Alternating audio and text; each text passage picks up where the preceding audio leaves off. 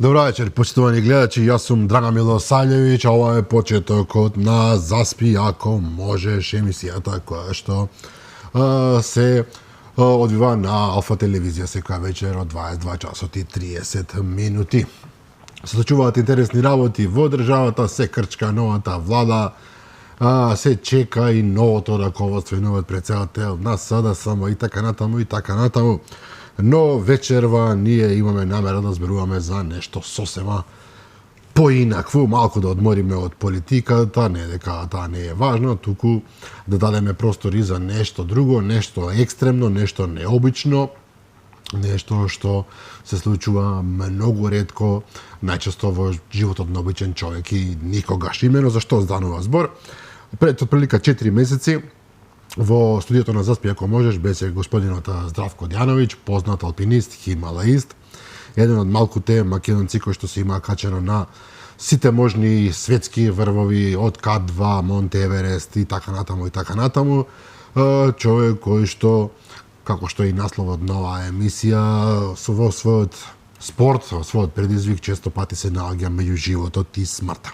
Тогаш тој најави дека ќе се обиде во текот на пролета да се качи на врвот Лоце, еден од највисоките во светот, исто така на Хималаите, и ќе се обиде да го направи тоа на исклучителен начин, имено без помош на шерпа, ситуациони луѓе, тамошни, условно кажано, луѓе од Хималаите кои што ви помагаат и без боци со кислород, односно што би се рекло на голо. Господин Здравко Јановиќ успеа да го направи тој подвиг, навистина се качи на Лоце, меѓутоа приказната што ќе ја слушнете вечерва навистина ве остава без зборови по својата необичност, по некој би рекол можеби и со лудост, меѓутоа во најмала рака толку е вчудена видувачка што навистина би требало да се замислите, да се замислам и јас морам да ви кажам искрено вака во пред емисијата разговарав малку со господинот Дјановиќ, навистина ме запрепасти тоа што го кажува, ме зачуди, ме вчудо не види, како што бе рекол Горан Мамировски, верувам дека и врз вас ќе го има истиот впечаток. Добро вечер, господин Дјановиќ. Добро вечер и прво би сакал да ви го честитам убавиот юбилеј 16 години постоење на Алфа телевизија и ви посакувам уште многу години успешно работење. Благодарам, да, 16 години Алфа денеска прослава од незиното функционирање во ваков облик, условно кажано. Се надеваме дека ќе продолжиме во истиот правец и понатаму и дека нема да изневериме вашата доверба, почитувани гледачи. Но, господин Дјановиќ, реков во најавата вие, во крајот на јануари од прилика, во студиото на Заспи ако можеш, рековте дека ќе се обидете да направите подвиг кој што го направиле многу малку луѓе во светот, да се качите на врвот Лоце без помош, нешто што го прават многу малку луѓе и нешто што со себе носи стравични ризици. Го направивте тоа, камерата претпоставувам може да веќе ги покажува отприлика вашите раце кои што во овој момент се во завои, во преврски. Се надевам дека некој нема проблем со ова што го гледа, сепак се рацете во покриени, меѓутоа жртвата што ја направивте веројатно би можело да остави трајни последици на вашите раце. Ќе дојдеме до тоа. Да ве прашам прво како се чувствувате? Вие се вративте од Хималаите пред колку? Пред 13 на дена, пред 14. нечели 2 недели, да. Имате изгубено одредени килограми според се. Последниот пат кога ја видов бевте нешто покрупен. Меѓутоа тоа е природна состојба, ова со расте ќе го коментираме понатаму. Дали во овој момент физички и ментално се чувствувате во ред? Ако е воопшто може да се каже тоа. Да, во моментот веќе имам закрепнато.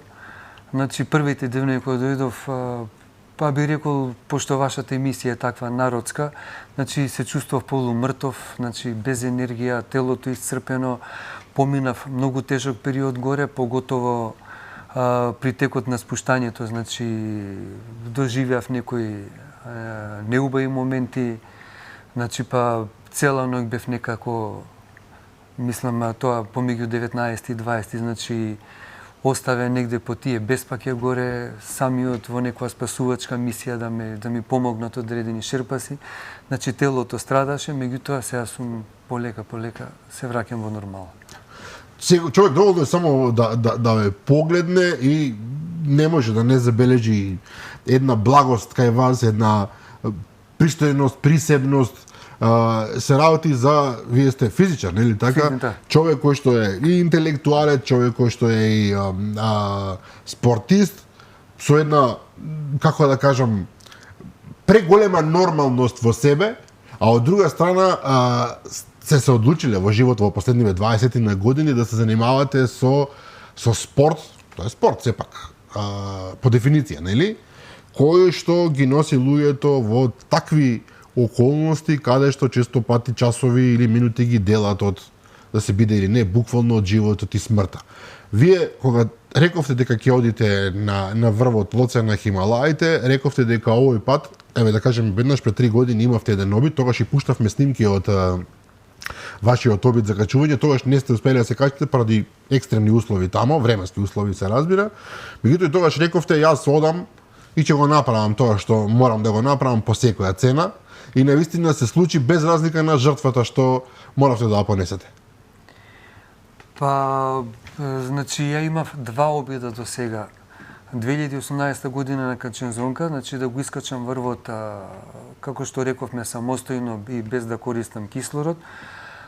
Условите не беа во ред, стигав до 8000 метри, истото ми се случи и на Лоце пред 3 години, значи до 8000 метри. И оваа година, значи, очекував трета среќа или па значи, длабоко во себе знаев дека одам на се или ништо, затоа што карактерот ми е таков, можеби војнички, значи немаше да поднесам и потретпа да се вратам со, мислам, без успех од таму. Со пораз. Па на некој начин и така се доживува тоа. Па се доживува како пораз, меѓутоа поразот не боли кога е од природата. Да се разбереме, 8516 метри е врвот Лоце. Да. Значи, чисто за споредба, за тие што не знаат, највисоките врви во Македонија се 2500 метри од прилика, тито врв е 2700. Така, нашето водно е на 1000 метри од прилика, значи оние што се качуваат на водно и велат леле, до каде стигнав, чисто да направат една споредба, Лоце е на 8516 метри, тамо каде што ништо живо не вирее практично, каде што условите се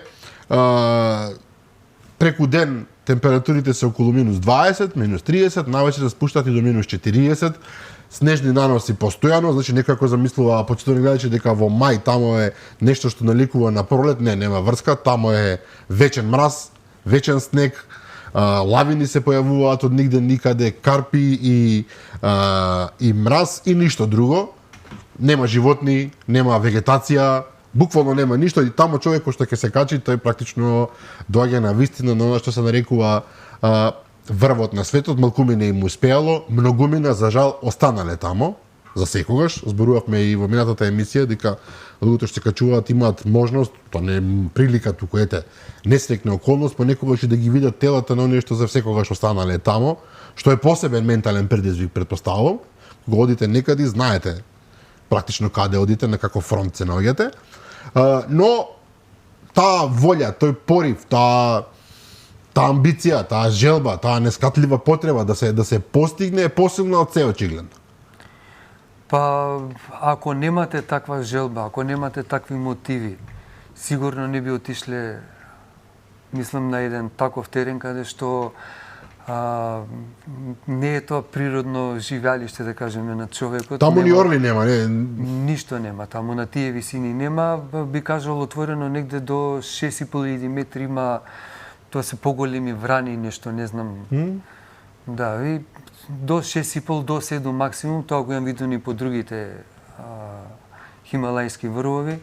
Над 7000 метри, освен човекот како суштество, не постои ништо друго. Да. Ајде да почнеме сега од нема да одиме од подготовките, тоа го знаеме, вие ги направивте сите потребни работи уште во Скопје, потоа отидовте, кога отидовте точно на Хималаите, зборувам? Па на 3 април, мислам. На 3 април во Непал, така? Да, во Непал, во Катманду. Да, во Катманду се разбира, во главниот град и од таму тргнувате, да не заморуваме со премногу податоци за почетокот, меѓутоа со неопходната опрема, прилично скапа морам да признаам опрема и затоа ме интересира што се случило со вашите раце, со оглед на тоа дека носите исклучително квалитетни обувки и облека. Има, значи, таа опрема си има име, тоа е експедицијска опрема. Значи, не би рекол професионална, ваква, него е експедицијска опрема.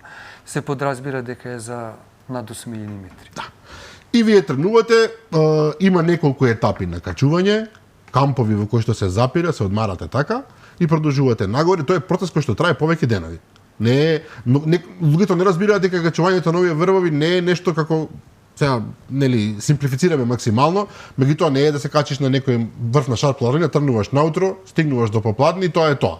Ова е процес кој што трае 20 дена, 30 дена. Тој процес се вика аклиматизација, значи телото да се навикне на висините кај што има многу помалку присуство нели на кислород во воздухот.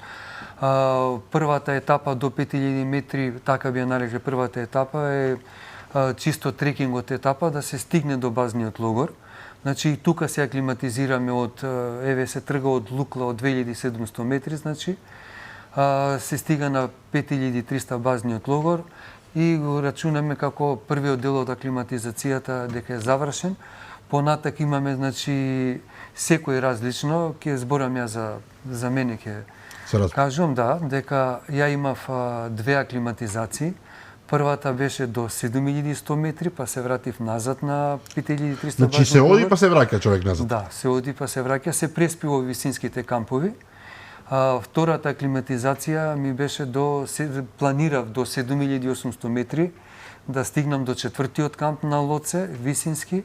Меѓутоа временските услови не дозволија, почна снег да паѓа негде на 7600 метри, до Yellow Bend стигнав. Што е Yellow Bend? Yellow Bend тоа е една, да кажеме, како препрека, како карпес предел, кој што се наоѓа помеѓу третиот и четвртиот камп. Четвртиот камп е последниот камп, така? Да, тоа е последниот камп при искачување на Лоце, како што реков е на 7800 метри.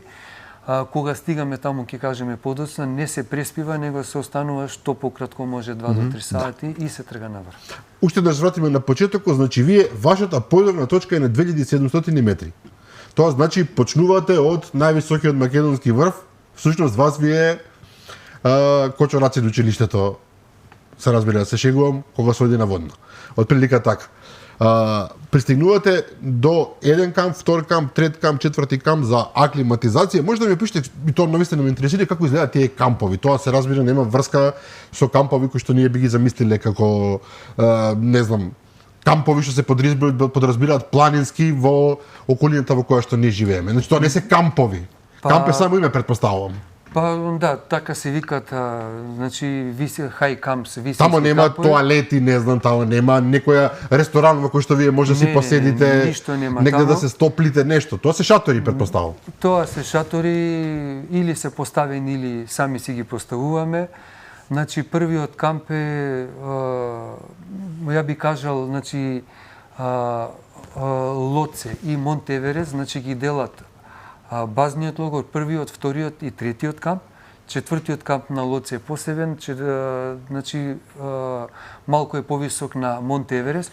Почнувајќи од базниот логор, значи камповите се поставени на глечер. На глечер? На глечер. Немате тврда површина, немате земја, цело време сте на снег, на глечер. Базниот логор е на глечерот Кумбу. Првиот камп е исто, вториот камп тоа е добро, кој ќе камп, значи претпоставувам, тука има шатори и постои нешто, нема некаков облик на помош, некоја остава каде што би имало нешто, не знам, некои луѓе кои што се тука, тоа е невозможно. Па некои тимови појаки имат во вториот камп, мислам што се помасовни, да кажам, со повеќе членови. Значи тоа го имам видено, поставуваат и као кичен тент и даваат услуги за сопствениот тим као нешто доручек, ручек, меѓутоа сето тоа е минимално на тие висини на 6400 е вториот камп, не може ништо да се припреми нешто посебно. Првиот камп е на висина од 6000 метри, он е буквално на пукнатините од глечерот, значи на доста непријатно место.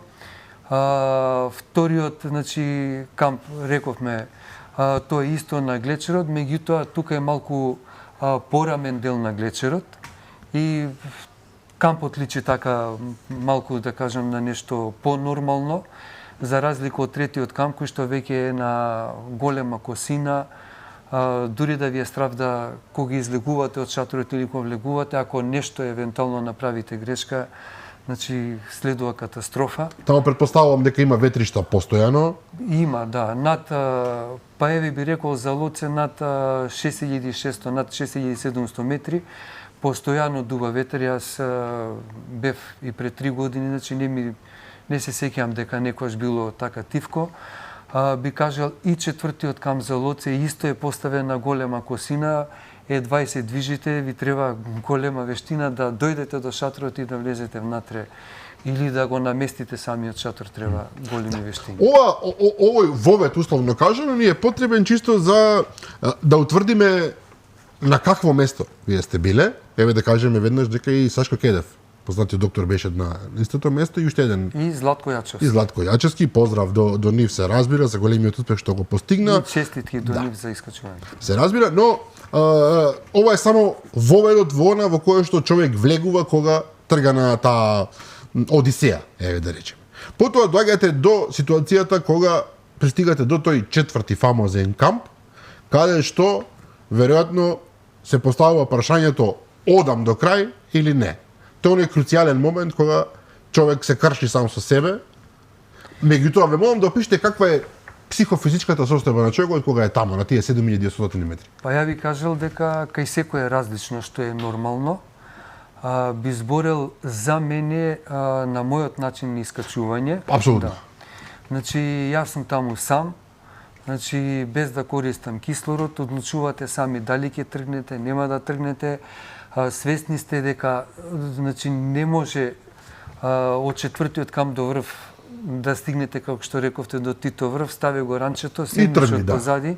Значи, секако ќе се најдете во некои непредвидени ситуации, во некои проблематични и морате самиот да одлучувате тука, да се излекувате од тие ситуации. Нешто што никој не го посакува, например, и јас не го посакував, нити во најцрните мисли го очекував, значи мене ми се случаи, да кажам, на висина од 8400 метри, едноставно временските услови ветува, затоа и ние тргнавме, ветува некое поблаго време, меѓутоа на 8400 метри во тој момент бев јас, еден алжирец и неговиот шерпас, значи бевме зафатени во најкомплицираниот дел од Лоце, јас ќе го опишам тој дел. Тоа е како канал некаде од 8200 метри до 8400 метри, значи од една страна зид, доле као подлога, од другата страна имате карпес зид и како кривудав, да кажем, канал.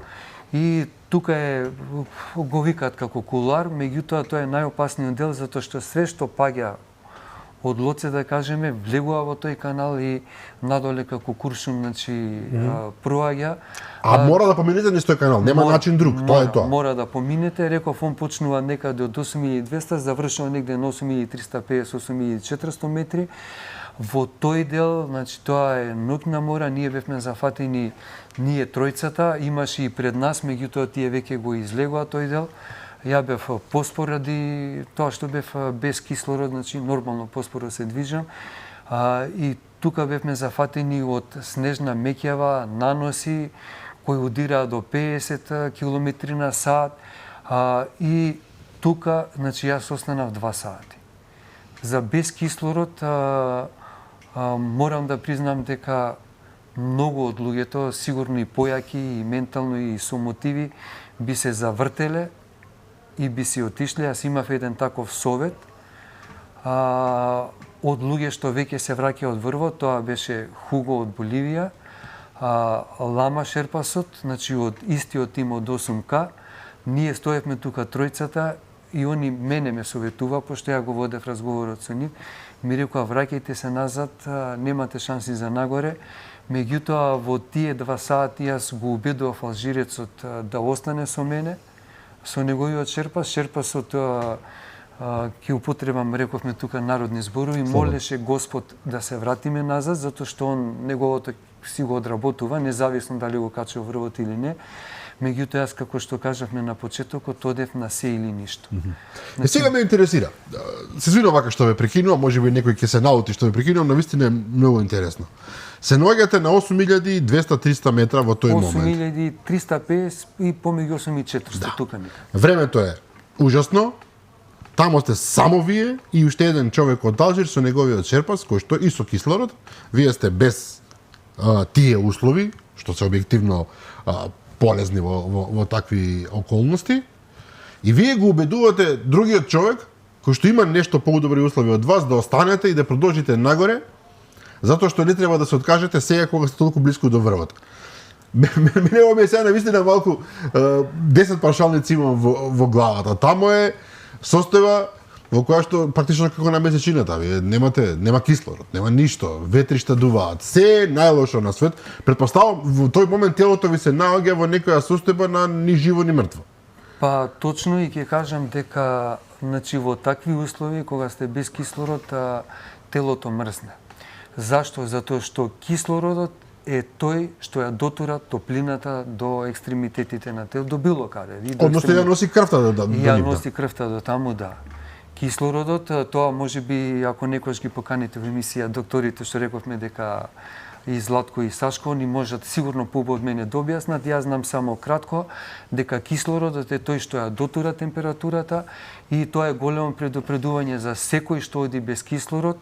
Ја би кажал, малку ќе се оддалечиме од темата, значи ако нешто научив во оваа експедиција за без кислород, дека времето, животот ви тече екстремно брзо на тие висини, баш во оваа смисла. Значи, може лесно да замрзнете, може лесно да паднете у несвест. Значи, времето тече и вие треба да бидете многу рационален тука. Добри, што размислувате во тој момент? Постои ли рационален однос према работите? Свесна сте вие кај сте, така? Свесна сте за опасноста? Да, ги согледувате работите или се наоѓате во некоја полузамелушена состојба? Па јас не во тие моменти, значи буквално би кажал телото ми мрзнеше, значи почувствував како више почнува и да ми трепери, меѓутоа реков менталитетот ми е таков, значи бев, значи слободно го кажувам ова, бев решен ако треба и таму да останам, во тој момент се да ми се случи, затоа што никогаш не може да предвидите и со кислород кога сте, што ќе ви се случи на 8200, на 8500 метри, поготово во ситуација кога стоите на место. Јас само би кажал, значи имав ја две алтернативи, да тргнам на 19 мај или да тргнам на 20 мај. На 20 мај условите беа идеални и тогаш отидоа 50-60 луѓе, меѓутоа ја го одбрав полошиот ден затоа што бев исплашен ако одам на 20 каде што ќе има 50-60 луѓе, јас ќе бидам успоруван во движењето, тоа за мене би било катастрофа. Мене среќата не ме послужи, напротив. Значи изработи тотално против мене и буквално, значи 2 сати, можеби 2,5 сати јас стоев во место, значи телото ми мрзнеше и тука, значи би кажал, ни еден момент немав намера да се вратам назад по било која цена. Секоја чест. Но ме интересира, велите седам во место и телото ми мрзне. Тоа не е телото ми мрзне како на човек кој што не знам седи на автобуска станица и ладно е, студено е денеска, па не знам, има некоја помала јакна и мрзне и вика леле се смрзнав. Тоа нема врска со ова. Ние овде зборуваме за вистинско смрзнување на телото. Значи зборуваме за нешто кога екстремитетите откажуваат, кога телото практично се откажува од борба. Точно така. Кај мене, значи во тие моменти почнаа нозете да ми мрзнат, затоа што веќе имавме наноси можеби 30-40 сантими, нозете ми мрзнаја, јас само во тие моменти молев Господ, верувајте дека е така, да издржам само да стигнам до врвот, па викам за назад ако биде, биде. Ако биде, во еден момент, значи, почна и рацете полека да смрзнуваат. Имаме ние некои техники како боксерски удари рака во рака, така пробива крвта до прстите. Го правев ја тоа цело време, сите тие 2 сати, меѓутоа не помагаше. Полека почнаа прстите, значи, да ми замрзнуваат, поготово на десната рака. Меѓутоа јас се плашев од нозете дека ова што ми се случи на рацете ќе се случи на нозете. Меѓутоа тука се случуваат некои мистични работи кај мене. Нозете немат никакви смрзнатини. Све што се случи на рацете отиде.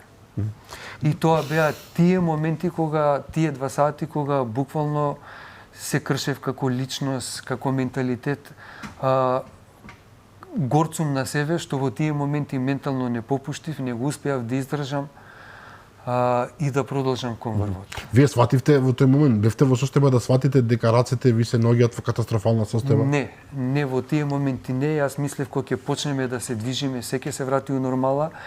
Почнавме да се движиме, некаде уште саат и половина имавме на 30 на метри од врвот, ќе кажам зошто, затоа што таму веќе почнав ја да се губам, веќе имам проблеми. Ќе кажам една најобична работа, кацигата некако ми беше изместена и почна веќе многу да ми смета.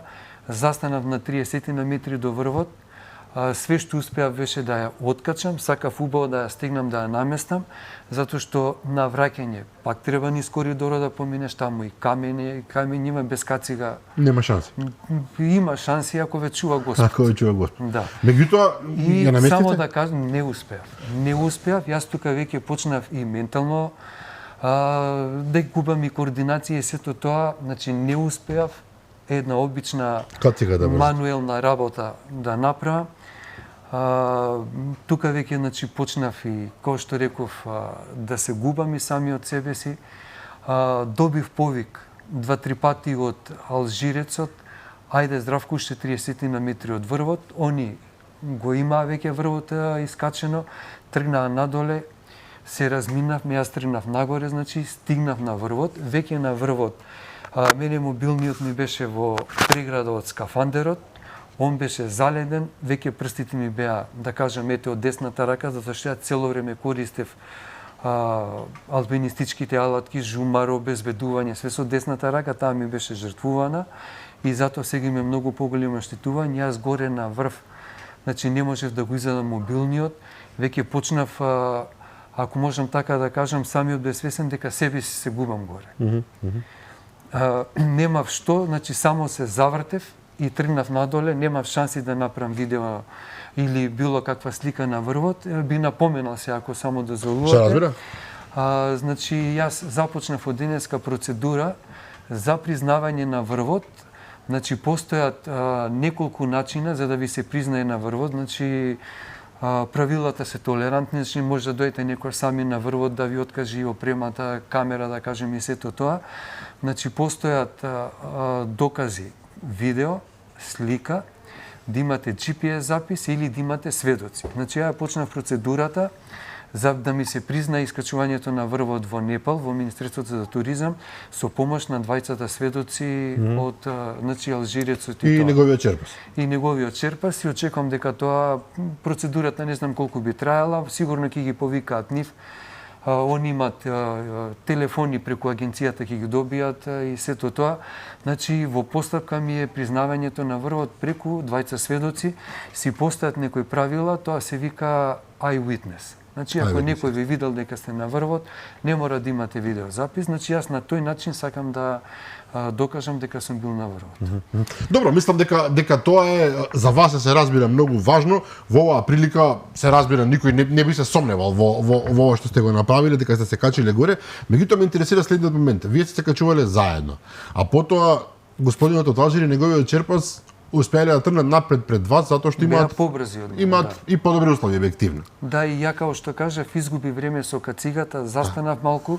Меѓутоа вие велите 30 метра биле пред вас од прилика. 30-40 на висински метри.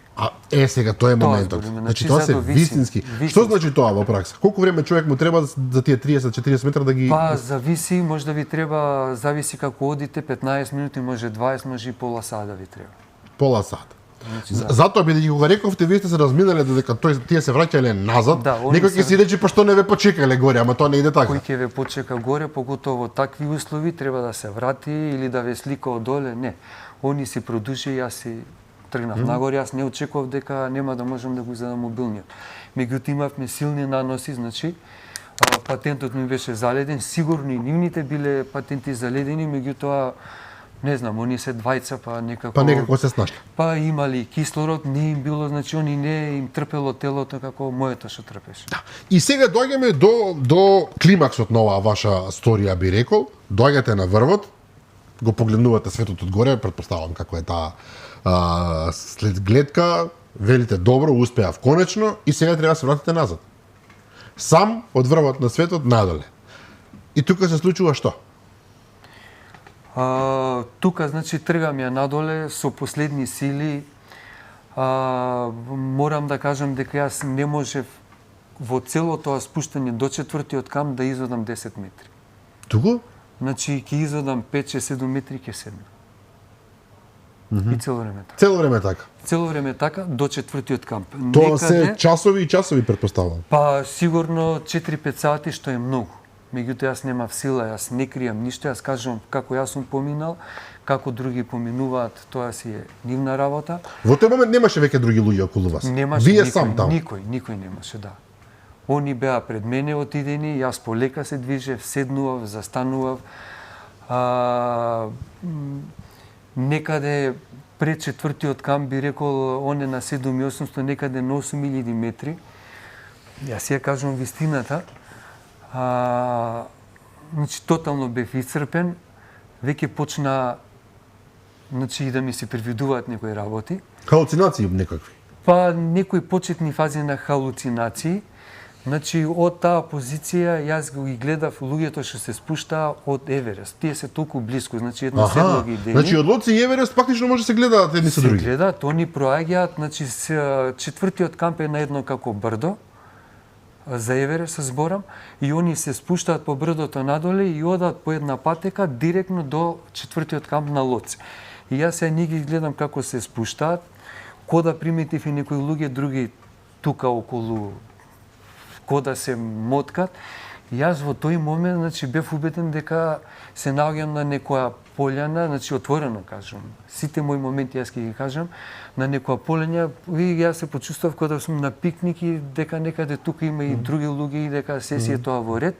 На полјана велите. На полјана, така се Нешто што значи, не е тоа... возможно тамо, да се разбереме. Не е возможно, него ги гледам луѓето, они си се шетат, ја добивам перцепција, халуцинации дека тука се си е во ред, дека луѓе се шетат, пикник.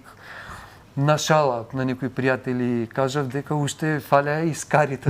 Да. Тоа беше, меѓутоа, тоа траеше кратко. Тука ми се случија, пошто јас ќе пишувам книга, све ќе напишам у книгата, ова можеме да кажеме, и тука во еден момент почнаа како кристални мали, како џамли, како куглички, од доле да ми одат нагоре.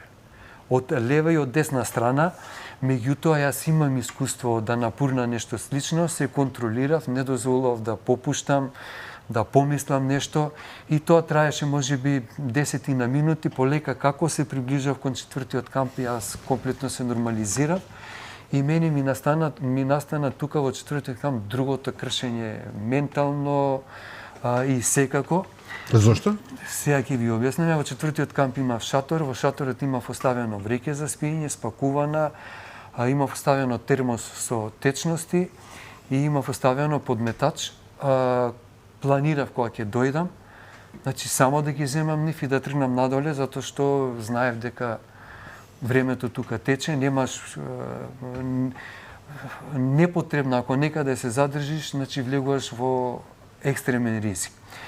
И јас тука доаѓам до мојот шатор, внатре имаше 4-5 шерпаси, влезени, ми ја немаше опремата и тука јас изгубив 30 на минути, можда и малку повеќе, во барање на мојата опрема. И на мој притисок попушти и ми рекоа каде ми е вреќата за спиење во еден друг шатор. Чекај, тоа значи дека некој од нив свесно ми ја земале си ја опрема. собрал, да не речем ја украл. Да, валјда мислеле, па ја украл, ја земале, ја користат. И Чекај, тоа е вообичаено таму? па се случува. Се случува дерези да ви заменат, да ви украдат. Ако, морам да кажам, ако сте со шерпас, никој ништо не ви прави.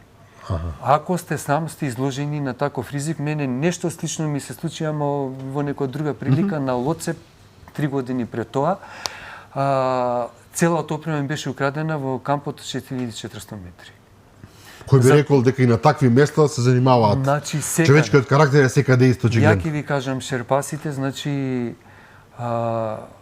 немат средства да си купат квалитетна опрема, на било кој начин се сногиат да дојдат до таква опрема, затоа што и неговиот живот е важен, колку што е мојот важен. Добро, и вие доаѓате на 7800 метри, сега веќе на враќање, повторно да кажеме. Се чувствувам, многу е важно, се чувствувам комплетно, ментално, секако функционален. Така, но тоа не е камп каде што вие можете да речете е супер, ќе се покријам со вреќа и ќе си поспијам 3 сати. Јас само ќе кажам еден непријатен настан на еден мој пријател од Бугарија, Иван Томов. 2014 година бев на К2, он беше на Бродпик, па се наоѓавме. К2 и Бродпик, 1 саат се базните лугари, па можат луѓето да си одат на гости, ако имаш некој таму, да кажеме, познат сето тоа. И ја од таму него го запознав, он дојде со уште еден Бојан Петров кај мене на гости, си разговаравме, после тоа одржувавме Facebook контакти, се немавме видено долго години. И 2019 година он на истиот начин го искачува врвот Лоце, успева да го искачи врвот, на враќање влегува во 4-тиот камп, тука све завршува. Трагично. Трагично завршува неговото. Јас кој имав тоа негово непријатно искуство за жал, меѓутоа и самиот знам дека што побрзо, не кажавме на самиот почеток, кога искачувате вакви врвови, значи неопходно е во истиот ден, без застанување, што можете побрзо, реков, времето ви тече таму како на шаховски саат, како да кажам, мора да се вратите до вториот камп на 6400 метри. Дали имате кислород или немате, тоа е правилото. И тоа е главната борба, после искачување на врвот, да се симнете до вториот камп. И сега да кажеме зошто. На 6400 метра сепак постои начин да дојде... Има доволно кислород.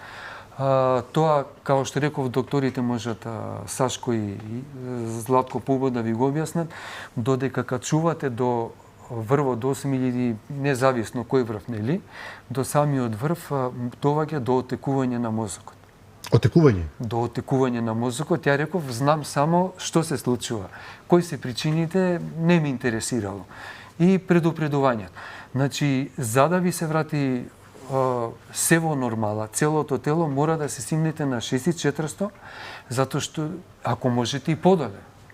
Ама до 6400, зашто веќе таму има доволно кислород, што овозможува да ви се вратат виталните функции во нормала. Нели го направите тоа, вие имате смртна пресуда. А, вие сте на 7800. Јас сум на 7800, се чувствувам убаво, ми поминаат тие некои си халуцинации, се чувствувам колку толку силен, и се припремам, нели, да си ја соберам опремата, и сега јас губам додатни, круцијални, за мене катастрофални 30 на минути да се најдам опремата. Тука ми се случува ново чудо. Чудото е, одам ја до шаторот кај што ми рекол дека мојата вреќа за спиење, викнувам, отвараат, нели, патентот од шаторот, се појавува шерпас и погледнувам, јас ја гледам мојата плава вреќа за спиење, си ја познав, и него му викам, вреќата е моја, да ми ја вратите. Никаков проблем немаше, му се јавува му кажува на неговиот клиент, тој се исправа и јас го гледам, човек што го познавам што качував со него и К2 и Анапурна, што си одржувам со него контакти, ми кажа дека ќе оди на Даулагири, меѓутоа не ми кажа дека ќе оди на Лоце. И јас зборам за месец-два пред заминување, не му кажувам дека ќе одам на Лоце, зашто не бев сигурен дека ќе соберам средства. Ме прашува што правиш, викам ќе видиме, ако имам нешто среќа, може ќе дојдам до Хималај.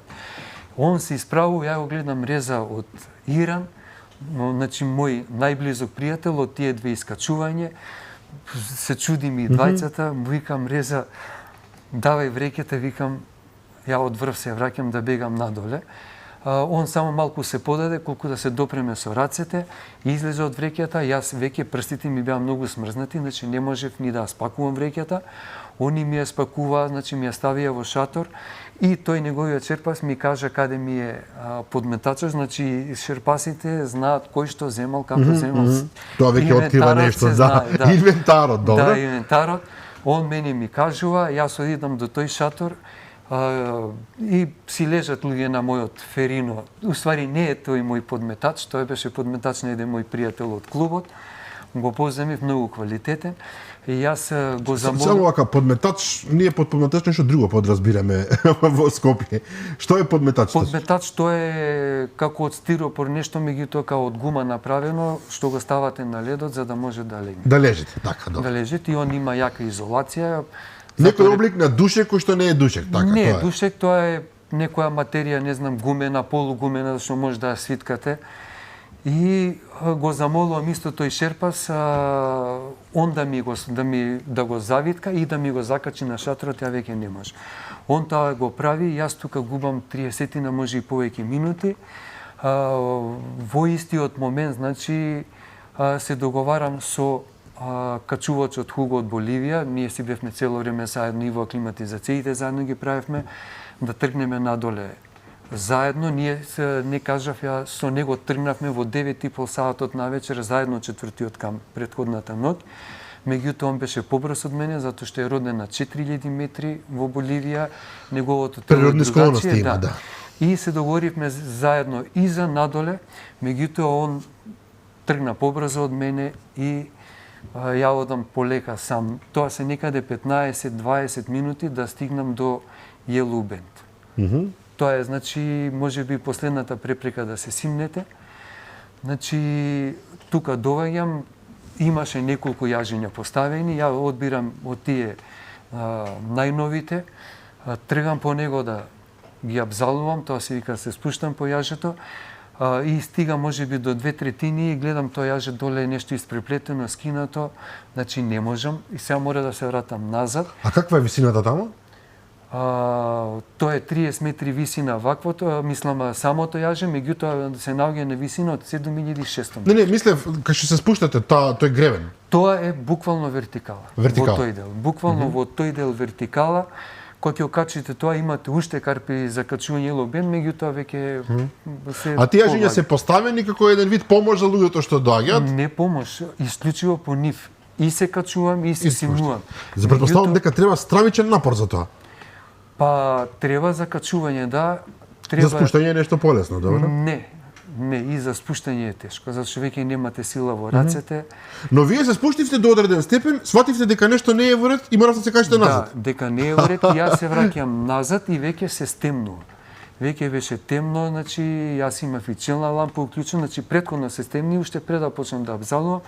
И јас со последните сили се враќам назад, затоа што пак треба да качите. Со последните сили, не знам од кај ми се појавија, морав да се вратам назад, јас се враќам сега горе, стрекивам друг член од тимот што треба да се спушти, тоа беше Бен од Франција, значи многу близок во текот на искочувањата.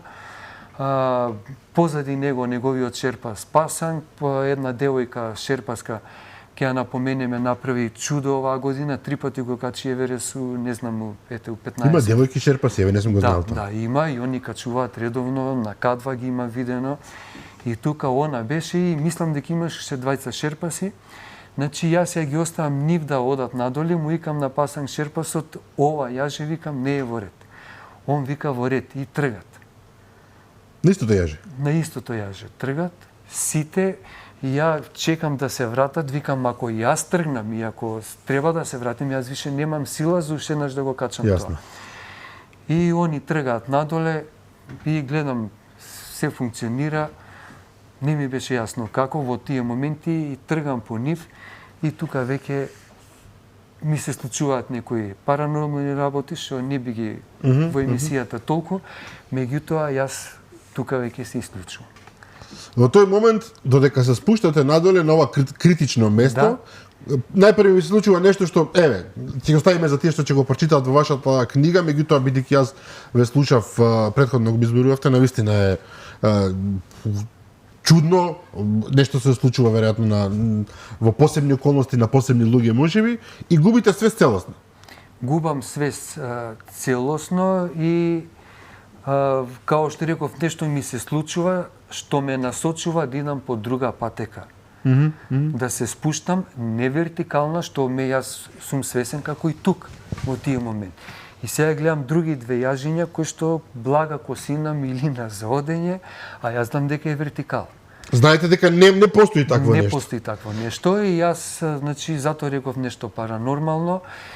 тука завршуваме со тоа и јас тука више губам Добро, свест.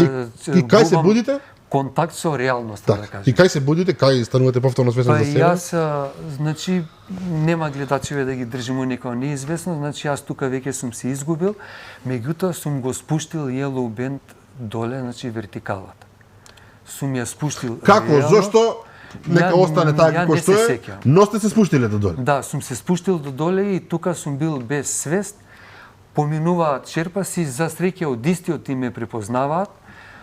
Едниот шерпас Чиринг, он беше личен шерпас на еден качувач од Норвешка, познат ракометар. Добро. Светски познат, многу близок со Кире Лазаров, се сликавме, праќавме некои слики тука у Македонија. Поздрав. Многу интересно, да. Значи, неговото име беше Френк, презимето не ми текнува, меѓутоа норвешки репрезентативец, многу познат.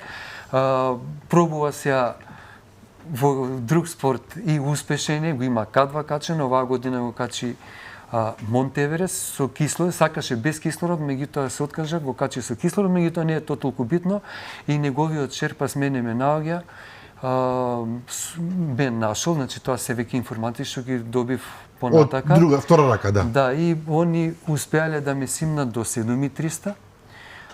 Тука ме сместиле колку што добив информации во шатор, значи се уште сум без свест. Ми ставиле некоја инекција, валјда дексаметазон. Јас не кријам, значи ова за мене не е срамота, не е понижување, затоа што јас... Па како срамота, вие сте биле практично полумртов сега. Па полумртов, ви го спасиле животот. Да, меѓутоа јас целата моја животна енергија изгубив горе на 8400 метри, од тие 2 сати што стоев. Као што реков, круцијалните 30-40 минути кога јас ја барав рекета за спиење, јас да не ги изгубев барем тие 30 минути, не Yellow Band, јас ке сум се спуштил уште подоле, каде што како така има повише кислород, може телото ќе ми проработел. Меѓутоа, што се случило, тоа е дел од мене, дел од ова искачување. Значи, као што реков, ме сместиле во шатор на 7300 метри во третиот камп, ми дале боца со кислород. И следното се бајле, значи, веќе други шерпаси од Rescue Team, кои што се задолжени и се умешни. Те се специјални веќе за... за... се умешни во тоа. Значи, и они ме имат веќе, како почна да ме спуштат, јас веќе се враќам во овој свет, значи се будам, свесен сум све, разговарам со нив, се чувствувам екстремно силен. Навистина? Да, барам од нив да одам сам да се движам, не ми дозволија. Предпоставувам дека тоа биле некои мои некои импулси. Да, друго обяснение нема, да. Втор живот ми се појавува. Усвари втор живот го живеам затоа што сум бил, значи, несвесен, можеби 10 сати. 10 часа во кои што ништо не се сеќавате? Ништо не се сеќавам. Значи, ја во тие 10 часа живеам друг живот. Во друг свет, на друго место, не на друго место.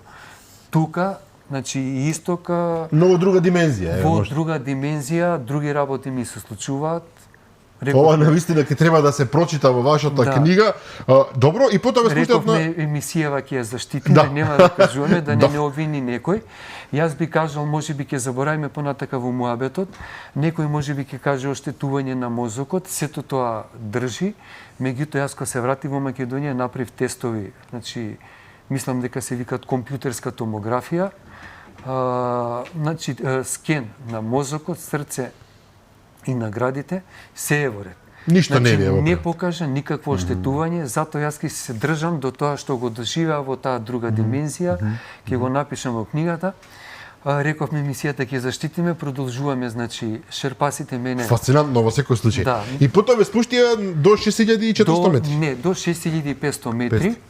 До таму, значи, ме спуштија, од таму има, значи, као камења нешто карпи и ми рекоа, буквално повеќе на шала, ајде ако можеш, ајде тука. Значи, ја веќе, значи, на 6500 добив и кислород, мислам, по природен пат што се вика, и јас се исправив... Такви едни совршени околности се на 6500 метри, човек да се израдува, да рече, леле колку убаво. Па тоа е... Но кога се вратите од пеколот, практично ова е нешто како... Да, тие 6500, значи не само на оваа експедиција, од други, тие и на Монт Еверест, да кажем, јас кога имав качење, го качив од северна страна Монт Еверест, и таму е вториот камп на 6400 и таму беше борбата да се стигне до 6400. Значи 6400 е за нас оазата каде што Оаза, да. може веќе да И се потоа опуштиме. тамо ве спуштија со хеликоптер или? Не, од 6500 до 6400 сам се спуштив, си отидов во мојот камп. Тоа е кампот на 8K Expedition. Они имаат као кичен тент, таму ме си седнав ја, таму ми дадоа сок, сето тоа. И од тука почна, значи, спасувачка операција во смисла да се обезбеди хеликоптер за мене, затоа што јас секако не сум способен да се спуштам сам до базниот Во тој логор. момент веќе бевте со рацете. Да, рацете скоро во ваква ситуација, значи измрзнати. Претпоставувам дека болките во тој момент се страшни. Или не? Извинете што прашувам, оно навистина ми е... Не, се големи. Меѓутоа, јас мислам телото има некој одбран механизам, млачи некој можеби хормон, што тоа го неутрализира. Можеби оној момент дека јас сум свесен дека преживеав, па викам нека боли. Нека боли, ама да се спуштиме доле. Меѓутоа Да. не ме болеа толку како што ме болеа покасно, да кажеме, веќе следниот ден. И тука јас, значи, се активираше мојата фамилија, моето семејство да се обезбеди хеликоптер и јас чекав некаде 4-5 сати да се заврши некоја си процедура околу плаќање на хеликоптерот и сето тоа. И добив информација, значи, као што рековме и претходно, на 6400 има хелиодром, тоа е една мала така возвишенка кај што се спуштат хеликоптерите. Ја бев однесен таму и чекав можеби таму саат време за да влезем во хеликоптер и требаше директно да ме однесе во Катманду. Тука ми се случува новата катастрофа. Значи ми викат нема хеликоптер. Дојде 1-2 хеликоптера, меѓутоа тие си биле, не знам, за до базен логор. Значи нема таму здравко и сега ние сите ќе го спасуваме животот. Тој момент е многу важен. Вие се наоѓате во една катастрофална ситуација. Никој не те гледа. Ако моите Каде е сега тука моментот на човечност или нема такво нешто? Нема тука. Хеликоптер, ако не се плати, нема, вие останувате. Не сакам да пашам колку чини тоа, претпоставувам дека е прилично скапо. Па ќе кажам, еве да знаат гледат, $10,000. $10,000 за тој хеликоптер да се качи и да ве спушти. Да дојде до вториот камп, да ме земи и да ме однесе до Катманду. Ако не ги платите, може да си измрзнете таму, тоа е тоа. Да, ќе си останете таму. Сега, кога имате вакви измрзнатини, значи медицински може да прашате, пак ги повикувам докторите да ви објаснат. Значи, вие сте изложени на опасности од тромбот, не знам како се вика, тромб да се откачи. Јасно. Значи, во животот вие без разлика што сте во тој момент добри, се чувствувате. Ја реков, тој може би некој животен импулс. Ја сигурно сум бил 90% мртов во тие моменти, меѓутоа се чувствував јак. Сето тоа, меѓутоа, животната опасност не е завршена. Значи, може во секој случај да ви се врати истата ситуација. Така. И сега, повторно, може би сум наивен. Знам дека ова е капитализам, знам дека ова е време во кое што луѓето многу не се дични со човечност. Меѓутоа, имало хеликоптер таму кој што не бил за вас. Не можел некој да рече, па добро, ставете го, нека виси негде, ако треба на крај само да го спуштиме. Никако, тоа е реалност, ако не платите, не ве зимат, ќе умрете таму. Мислам, извините на Да, тежок меѓутоа збор. таа суровост е навистина. Да, тоа е тоа. Може би мора така, па сега не. Не знам, не мора така. Значи, во прашање се исклучиво парите. И тој пилот дојде, вие гледате дека сте човек на умирење и проверува, аха, ој не плати, ништо. И јас ќе кажам искрено, значи, кога ме донесоа до тоа као хелиодром, ја бев доле, тоа е извишенка некаде 3-4 метри, значи доваѓаа хеликоптери горе, 2-3 хеликоптери дојдоа, значи они го развејуваат снегот нормално кога слетува, јас бев покри сите маки и намокрен и се сеќавам едно време дека почнав и да се тресам, значи од ладно, од целата ситуација, телото мене беше измрзнато веќе, да, сето тоа. И во еден момент шерпа со тимот, менаџер на вториот камп, не е ни важно, значи од тимот кај што бев јас, ми вика, остануваш за утре. И за мене тоа беше катастрофа. Да, тоа е крај, више. Ја мислев нема да преживеам. Ми се враќам назад, ми наоѓа он вреќе за спиење, затоа што мене целата опрема во текот на тоа спасување, спуштање, негде останала, некој ја земал. И џабе јас изгубив 30 минути Да, за таа да, тоа вреќа, сакам да кога кажам ја јас. пак ја немав таа вреќа. Тоа е судбински, значи, и он ми дава исто убава вреќа. И јас легнувам внатре во вреќата за спиење, меѓутоа не можев со такви прсти патентот да го закопчам, ја бев откриен цела ноќ, нешто пробував со овие раце, малку да прекупам вреќата за спиење, нити имав сили, нити имав желба, зашто веќе сте без волја. Добро, пак ќе прашам, никој ли нема таму, кога веќе ги има тие шерпоси да дојде да бе? Не, имаше, Хуго беше до мене со шаторот, значи он исто ми помогна, ми ги сооблекува чизмите со тој менаџерот, кога влегов во вреќата за спиење. Меѓутоа остана вреќата за спиење отворена, ја мислев колку толку ќе можам да закопчам, не можев со овие прсти со десна. И цела вечер останавте таму? Цела вечер само се преклопував. Ама преживеавте, очигледно. Па, преживеав, да. ама и тоа ми е нешто, ќе кажам, судбински, затоа што кога бев на Кан Тенгри претходната година, мене, еве на никој неам кажано, затоа викам нешто е многу поврзано. Во првиот, вториот, во третиот камп, трети камп само има на Кан Тенгри, мене вреќата за спиење кога се вратив од врв, патентот ми се расипа. И јас не можев да си го закочам. Интересно. Ми се пробував да спојувам нешто, како секој што би не можев да го закопчам. Ноќта во третиот камп, Кан Тенгри зборам, кога се вратив, јас се измрзнав, се преклопував како тукаш се преклопував. Нистиот начин. Да, тука ми се случи, ќе направам некоја пак корелација меѓу двата врва. На Кан Тенгри се качив на врвот, мобилниот телефон не ми работеше, ми беше батеријата потрошена, мораше да ме почекав, за среќа дојде еден русин, ме снимаше, па имав една тешка борба, може би од 2 дена, да го најдам него, за да ми се врати, да можам видеата да си ги земам, и го најдов него. Тука нешто друго ми се случи, значи не можев па да го извадам мобилниот. Интересни коинциденции. Да, апсолютно. многу слични работи помеѓу двата врва. Да. И потоа стигнавте другиот ден со хеликоптер конечно во болница во Катманду. Значи, само би кажал, другиот ден рано сабајле во 5:30 саат, јас ме буди менаџерот на вториот камп, ја очеков околу 8-9, ми вика fast fly, станувај брзо. И ја дури тогаш го викам Хуго да дојде да ми помогне да облечам чизми сето тоа. И некаде, значи 5:30, за 10 на минути дојде хеликоптер.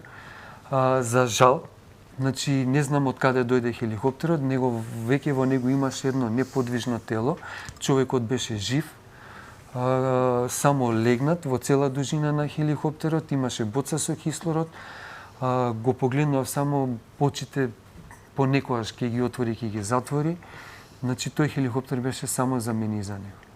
Тој човек потоа? Ништо не знам, заедно, значи, до Катманду отидовме, во Катманду него го симна во, мислам и мене, со хелиодром една болница, него го зема, мене ме пречека човек од тимот, но не се во друга болница, валјда... И потоа бевте само 2-3 дена таму и се вратите во Скопје. Тој дел веќе и не е толку важен, освен што е ужасно скапо да се седи во болница таму. Па, ќе кажам, $1.500 беше од ден во Катманду. Останав таму 2 дена, каде што ја примив таа неопходна првична нега, да кажем, или лекови, во консултации со докторот. Значи, јас си побарав, он ми кажа, ќе издржиш 24 часа да стигнеш до Македонија, ми дадоа некои лекови, јас ги пие во авионот и тука, значи, директно отидов во државна болница во Пластика, една благодарност до сите доктори. Јасно. И сега, во овој момент, рацете се во една состојба во која што ни самиот не сте сигурен колку се оштетени. Па, прво ќе ви кажам, немам храброст да ги гледам, јас сега од тука ќе одам, ќе заминам на преврска, се во страшна Ова што го гледаме малце како што излегува, претпоставувате, почитувани гледачи, во момент камерата го снима, претпоставувате што е, впрочем. Значи не се тоа ракавици или нешто, тоа се навистина прстите на господин Дјановиќ, меѓутоа треба да се утврди конечно на крајот што од нив ќе остане. Сега ова малку сурово, но преодна фаза, јас ќе кажам што се случува како предупредување за некои хималисти многу да внимаваат. Значи, многу е болен процесот. Значи, сега кожата е оштетена, нели смрзната и сега таа се вади и јас на повеќето прсти во моментот немам воопшто ни кожа. Само месо. Само тоа, да. Болките се уште траат. Значи огромни се, болките големи, јас Бидејќи имам... еве цела емисија издржавте, се однесувате како да сте само со ракавици и тоа е тоа. Да, меѓутоа јас се спремав, требаше пред емисијата да отидам на преврска и значи земав апче, мислам она што е за против болка, затоа што јас не можам ни да ги издржам болките таму при врските. Обично последните 2-3 пати ми се случува, па легнувам на креветот и така ми прават преврски. Што да се каже за крај, господин Недјановиќ? Ова ваше искуство е one of a kind, единствено. За македонски рамки во секој случај. Неверојатна жртва сте поднеле. Таа и се уште трае да ви посакам рацете да ви се опорават колку што може побрзо и се надевам целосно. И сега се поставува нормално прашање. Ке помине известно време. Ке ве видиме пак како се качувате на некои врвови од тој вид? Може ли да кажам нешто искрено за гледачите? Значи јас на оваа експедиција пораснав како хималаист.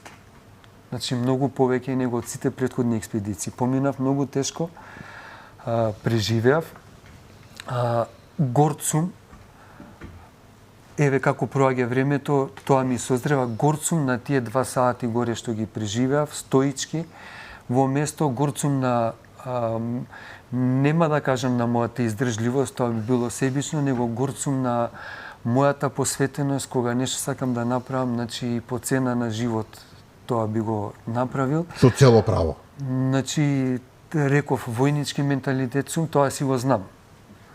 Од секогаш, значи, поминав таму 2 сати и јас ова отворено би го рекол, не знам кој би ги издржал тие 2 сати горе за некоја своја идеја. Тврдам, најголемите хималаисти после 10, 15, 20 минути би се завртеле, како што јас 2 пати се завртев на Канџензонга и претходно на Лоце, би си отишле. Ја останав. Ова што се случи, значи со мене, немаше да се случи, јас го тврдам тоа, ништо од ова, ако јас имав малку среќа и не беа тие 2 сати олујни горе, ако не беа тие 30 на можеби 40 на минути што ги изгубив додатно, тие 3 сати, ако ја ги соберам, јас ќе бев во вториот камп. На време, физички, секако, значи... Да, сосема поинаку би било, меѓутоа сега веќе за тоа да се зборува не вреди, бидејќи... Не вреди, него јас... Собината била така. Да, јас не се жалам, него сакав друго да кажам. Јас се чувствувам доволно спремен, доволно достоен за овој предизвик што го поминав, меѓутоа се чувствувам достоен и многу поголем за уште еден поголем предизвик. Јас отворено кажам, ќе се спремам да поминат прстиве.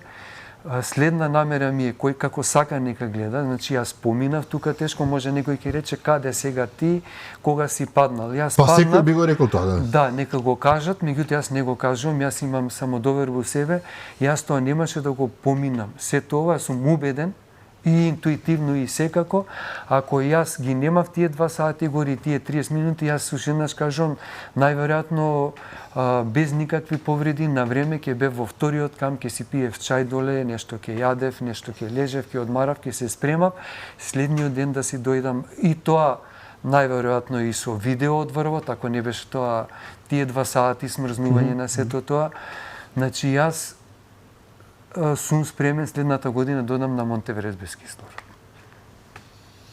Јас сум без зборови, можам да ви ја посакам целата среќа на овој свет, господин Недјановиќ, ки ви треба таму за волјата, честитки, за упорноста, за желбата, за инспирацијата. Јас се надам дека оваа емисија ќе биде инспирација, не да се качувате почитувани гледачи на тие највисоки врвови, меѓутоа генерално како инспирација за луѓето дека оној што сака и има идеја, навистина може да направи чудо. Да, јас сега имам само една процедурална работа, као што реков на почетокот. со помош на овие два сведока да ми се признае врвот, да го Несомнено ќе се добијам случи тоа, да. сертификатот. Мене у суштина он не ми ни треба, значи јас сум бил кај што сум бил, знам како сум поминал, не ми ни треба, меѓутоа ред е да се добие тој сертификат.